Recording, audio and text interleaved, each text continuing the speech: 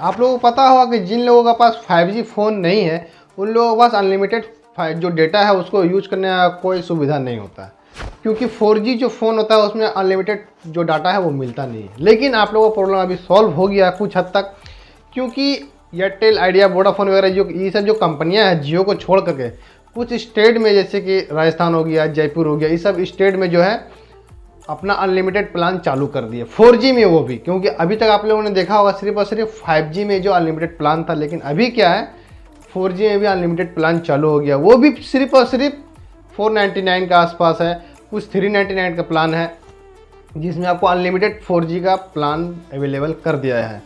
तो अगर आप लोग भी राजस्थान, जयपुर वगैरह से हैं तो वहाँ पर आप लोग सिर्फ 399 का रिचार्ज करें और अनलिमिटेड 5G की तरह जो है 4G अनलिमिटेड यूज कर सकते हैं। ठीक है, ये प्रॉब्लम कुछ हद तक स्टार्ट हुआ था तो अभी सॉल्व हो गया। ठीक है, और अभी क्या है ये धीरे धीरे पूरा भारत में लागू कर देंगे। वो ट्राई के आदेश के अनुसार अब ये लोग 2 नियम नया लेकर के आए हैं, क्योंकि ट्राई ने इन लोगों को आदेश दिया, क्योंकि जो लोग जो है कीपैड फ़ोन मतलब फीचर फ़ोन यूज करते थे उन लोगों के साथ अलग से कोई प्लान नहीं था। लेकिन अभी क्या है एक अलग से प्लान लागू कर दिया गया है, क्योंकि ट्राई का बहुत ही प्रेशर था इन लोगों के ऊपर, जिसके कारण से ये प्लान को लाया गया है।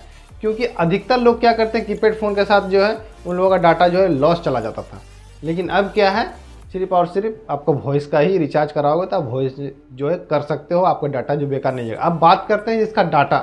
ठीक है, जो डाटा वो यूज करते हैं उनका डाटा क्या होता है, डेली 1.5 GB डाटा देता है 4G में। लेकिन आप मान लो 1 दिन यूज नहीं किए, 2 दिन यूज नहीं किए, तो क्या करते हैं वो डाटा तो लॉस चला जाता है। लेकिन वो डाटा जाता कहाँ, उसी के बारे में आज मैं बात करूँगा इस वीडियो में। टोटली जानकारी दूँगा क्या वो डाटा आप लोगों को मिलना चाहिए या नहीं मिलना चाहिए। आखिर जो आप रिचार्ज करते हो, मान लो 399 या 299 का रिचार्ज किया 1.5 GB पर डे, आपने एक सप्ताह जो है उसको यूज नहीं किया, लगभग 4 दिन, 5 दिन या 6 दिन यूज नहीं किया। यूज नहीं करने का कारण आप सिर्फ कॉलिंग वगैरह बात किए और फ़ोन को मतलब किसी काम में फंस गए, तो हो सकता है कहीं घूमने चले गए हो तो उस दौरान आपने डाटा का यूज नहीं किया, तो क्या वो डाटा आपको मिलना चाहिए? तो हाँ, वो डाटा आपको मिलना चाहिए। क्योंकि फॉर एग्जांपल मैं समझता हूँ, जैसे आपने मार्केट गया, वहाँ से 1 किलो टमाटर खरीद के लेकर आया। टमाटर लाने के बाद आपने उस टमाटर को 2 टमाटर यूज किया, बाकी टमाटर रख दिया, तो क्या दुकानदार आपका टमाटर आके वापस ले जाएगा? टमाटर रख दिया, अब 4 दिन 5 दिन आपने टमाटर को फ्रिज में रख दिया, वह कहीं रख दिया, तो क्या ऐसा थोड़ी होता है कि दुकानदार फिर से आके टमाटर वापस लेके चले जाए? तो सेम ये लागू जो है कंपनी जो नहीं करना चाहती है, लेकिन ये लागू होना चाहिए ट्राई का आदेश का अनुसार। क्योंकि आप जिस चीज़ का पैसा ऑलरेडी दे चुके हो तो कंपनी उस चीज़ को तो फिर वापस नहीं ले सकती ना। लेकिन यहाँ पर क्या करती है, वो एक्सपायर कर देती है उसको। इससे क्या होता है, कंपनियों को बहुत ज़्यादा फ़ायदा हो जाता है। कैसे फ़ायदा होता है? क्योंकि उनका जो डाटा का जो सेटअप है, मान लीजिए 1 लाख डाटा का सेटअप है, उसमें से आपने कुछ 1.5 GB पर डे के हिसाब से खरीद लिया, ठीक है, लेकिन आपने उसका यूज नहीं किया, तो कंपनी क्या करते हैं, वही डाटा आपका लेकर किसी और को बेच देती है। तो ऐसा ही करती है कंपनी, किसी आपका लेकर के, उनका लेकर के, चाहे किसी और का लेकर के, आप यूज नहीं किए, वो यूज नहीं किए, तो उनका डाटा किसी और का ट्रांसफ़र कर देते। लेकिन ऐसा नहीं होना चाहिए था, क्योंकि उसके जगह पे कुछ ऐसा लिमिटेशन लेकर आना चाहिए था। आपका 1.5 GB यूज नहीं हुआ, तो आप किसी और को जब दे रहे हो तो आपको उसका हिसाब से कुछ, जैसे कि आपका 28 दिन का प्लान है तो उसको 32 दिन या 34 दिन या तो 95 डेज या तो 40 डेज 50 डेज कुछ आपका टाइमिंग को बढ़ा देना, क्योंकि आपने तो डाटा यूज नहीं किया, कहीं ना कहीं आपका पैसा नुकसान हो रहा, कहीं ना कहीं आपको वेस्ट हो रहा, तो उसको जो है मेरे हिसाब से उसको डे में उसको कन्वर्ट कर देना चाहिए था, ताकि जब आपने वो यूज नहीं किया हो सकता है बाद में यूज कर लो। तो इससे क्या होगा, कस्टमर का बहुत ज़्यादा फ़ायदा हो जाएगा। लेकिन टेलीकॉम कंपनियाँ ये कभी नहीं चाहेगी कि कस्टमर का फ़ायदा हो। लेकिन मेरे हिसाब से मैं टेलीकॉम कंपनियों को अपना थिंकिंग बताना चाहता हूँ, जिससे कस्टमर का भी फ़ायदा होगा और कंपनी का भी फ़ायदा होगा। क्या फ़ायदा होगा दोनों को? एक तो कंपनी को, अगर ऐसा करते हैं कंपनी, तो उनको क्या होगा कि कस्टमर ज़्यादा मिलेंगे, क्योंकि लोग उन पर ट्रस्ट करना ज़्यादा चालू कर दे। जैसे कि एयरटेल और वोडाफोन, ये लोग क्या करते हैं, चाहे जियो भी ले लो, कोई भी कंपनी ले लो, अभी टेलीकॉम की दुनिया में अभी 1 नंबर पे जियो चल रहा पूरे भारत में, ठीक है। उसके बाद एयरटेल, वोडाफोन वगैरह एक्सेट्रा कंपनी है।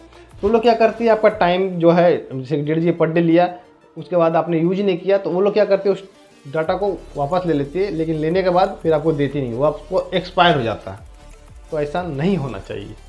तो ये कंपनियां जानबूझ के करती है कि आपका डाटा को एक्सपायर कर देते हैं, ठीक है।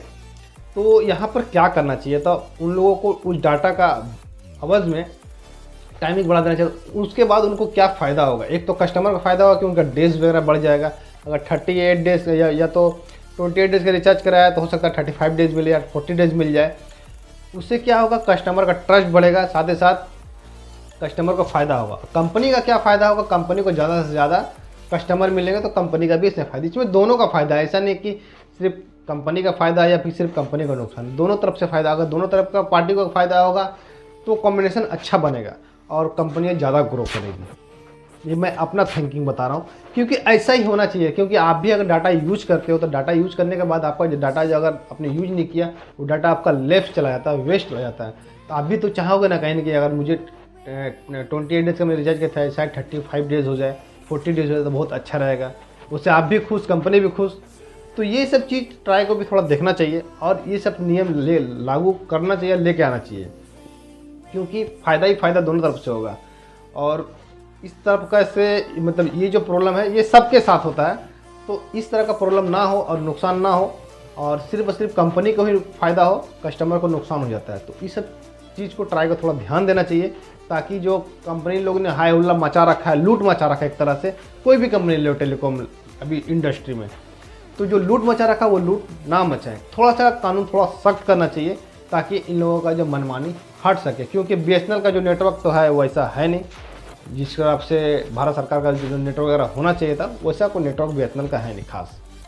तो कुल मिला के बात यही कि कह सकता हूँ मैं कि ऐसा कोई नियम लागू होना चाहिए ताकि कस्टमर को फ़ायदा हो और कंपनी को भी फ़ायदा हो। यहाँ पर नुकसान अभी फ़िलहाल क्या होता है, कस्टमर को नुकसान होता है, कंपनी का फ़ायदा होता है, जिसके कारण से कंपनियाँ जो है पूरा मज़ा लूटती है, पैसा आपका बर्बाद चला जाता है। आई होप वीडियो सारा समझ में आएगा, सारा डिटेल आपको समझ में आएगा। फिर भी आपको कहीं कोई कन्फ्यूजन हो, आपका क्या राय है इस वीडियो को लेकर के, आप हमें कमेंट में जरूर बताना। बाकी मिलेंगे दोस्तों फिर किसी नेक्स्ट वीडियो में, फिर किसी नेक्स्ट टॉपिक के साथ, तब तक के लिए जय हिंद।